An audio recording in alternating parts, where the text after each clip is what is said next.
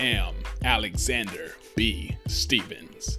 This is What Is He Thinking? I'd like to welcome you to the podcast that doesn't perpetrate a fraud or tell you comforting lies, but instead gives you productive and constructive truths for the benefit of women from the perspective of men.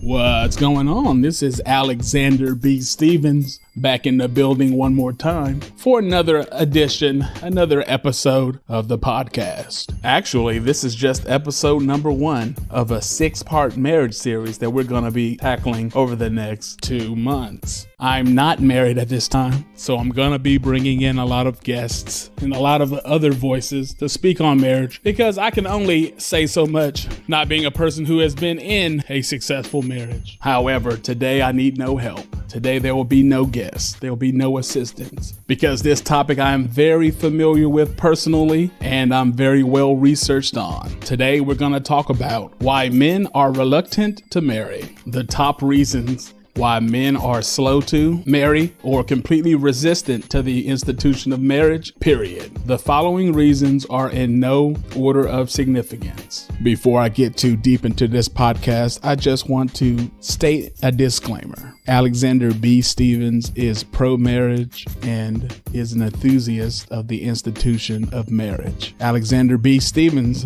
thinks that the lack of marriages and the lack of marriages staying together is one of the largest causes of pretty much every social issue in our country. If more people got married and stayed married and had all their children within the confines of that marriage, the world would be a better place. Disclaimer concluded. Now let's get into the reasons why men are reluctant to marry. Reason number 1 why men are reluctant to marry stems from the old adage, which comes from the old quote that is over 100 years old, originally spoken by Albert Einstein, which says, "Women marry men hoping they will change, and men marry women hoping they will not. Women marry men hoping that they will change, as in the man will change, and men marry women hoping that their woman will stay the same as the day that they marry." Why is this a deterrent? Why does this make men reluctant to marry? Well, 1, because they know for a fact that the woman they're with is gonna change. And a lot of her changes, if not the majority of her changes, are gonna be changes in the wrong direction. Changes that the man does not like. Changes as in, he married an in-shape, beautiful woman, and 10, 20, 30 years later, he's with an out-of-shape, unattractive woman.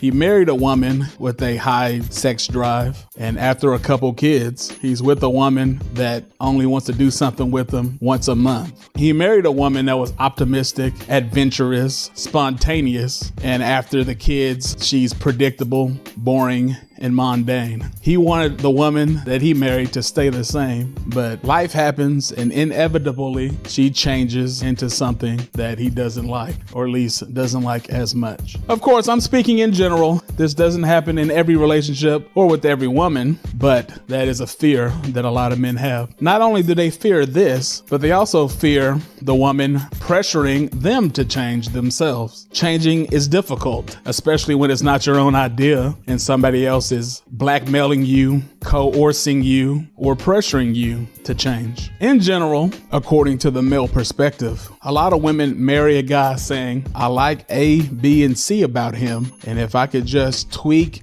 D, change E, and get rid of F, he'd be perfect. Let me marry him and slowly work on crafting him into the perfect man." Well, 1, since men want the absolute opposite out of their mate, they want their mate to stay the same, they kind of feel offended by the fact that their woman wants them to change. Hold up, didn't you marry me because you like me for being me and me how I was? Why are you trying to change me? 2nd, there is no perfect man, so you're chasing after something that's unattainable. 3rd, and what many women don't realize, if you get rid of that F, which you think is a flaw that he has, then that's going to negatively affect trait A, and you're going to lose one of the attractive traits that he currently has because A and F were linked and you didn't even realize it. So after all that work, all the struggle, all the effort it took to change, the net of it is 2 steps forward, 2 steps back. You're in the same place. He's no better a man than he was before you tried to change him. So what are you going to do? Rest, be happy with what you have? No. You're going to look for something else to tweak, something else to change, because you're still trying to improve him. Because spending $2 to make $2 doesn't change your situation. 2 steps forward, 2 steps back, you're in the same place. So the cycle repeats itself. That is reason number 1 why men are reluctant to marry.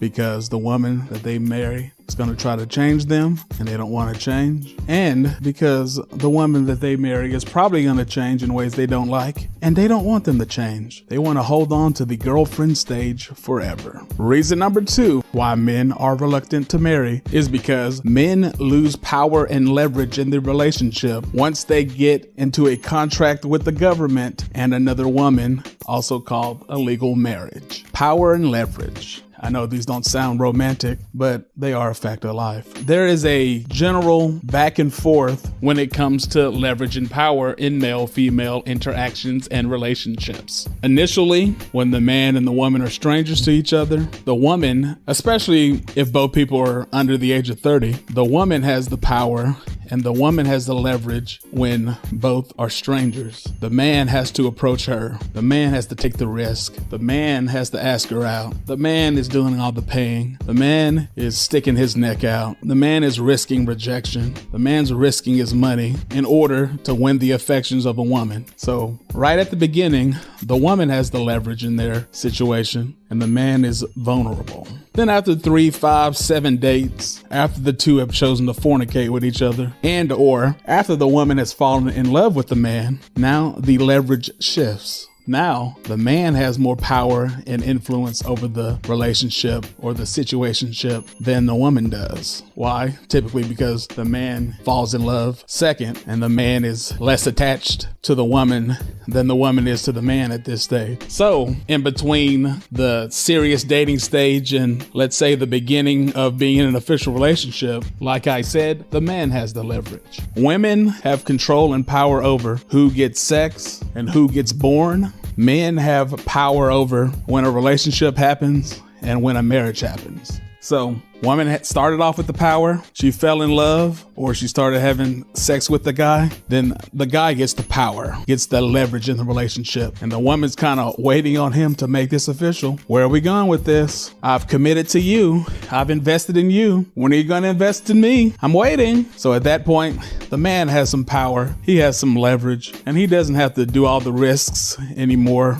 He doesn't have to stick his neck out. He's not spending all the money anymore. He's not doing all the investing. She's actually investing in the relationship back. She's cooking every now and then. She's paying for some of these dates. She's accepting free dates and low-cost dates when in the beginning, she only wanted those 4-star restaurants and those $200 dates. The man has a little power here. She's trying to win his affection at this point. She's trying to get that official relationship. Then eventually, depending on the man's mindset and how much he likes the woman, they enter into a relationship. So at the beginning stages of their relationship, the pendulum shifts over to the other side again, and she has now gained some more leverage and power. He's voluntarily given up his freedom. He's voluntarily gotten rid of the woman's competition, and now it's just her.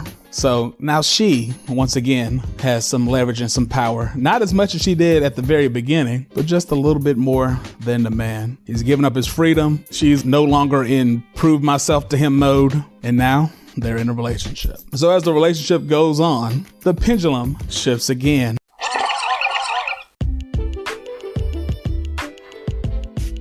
All right. That's all you're going to get right now on this video.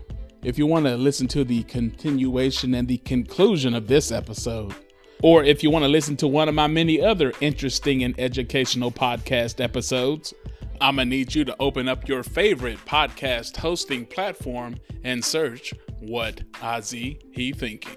Look for the podcast by the same name as this one, and you can enjoy the rest of the episode. We're on Apple Podcasts, Google Podcasts, Spotify, Anchor, Stitcher, Amazon Music. You can find the podcast everywhere.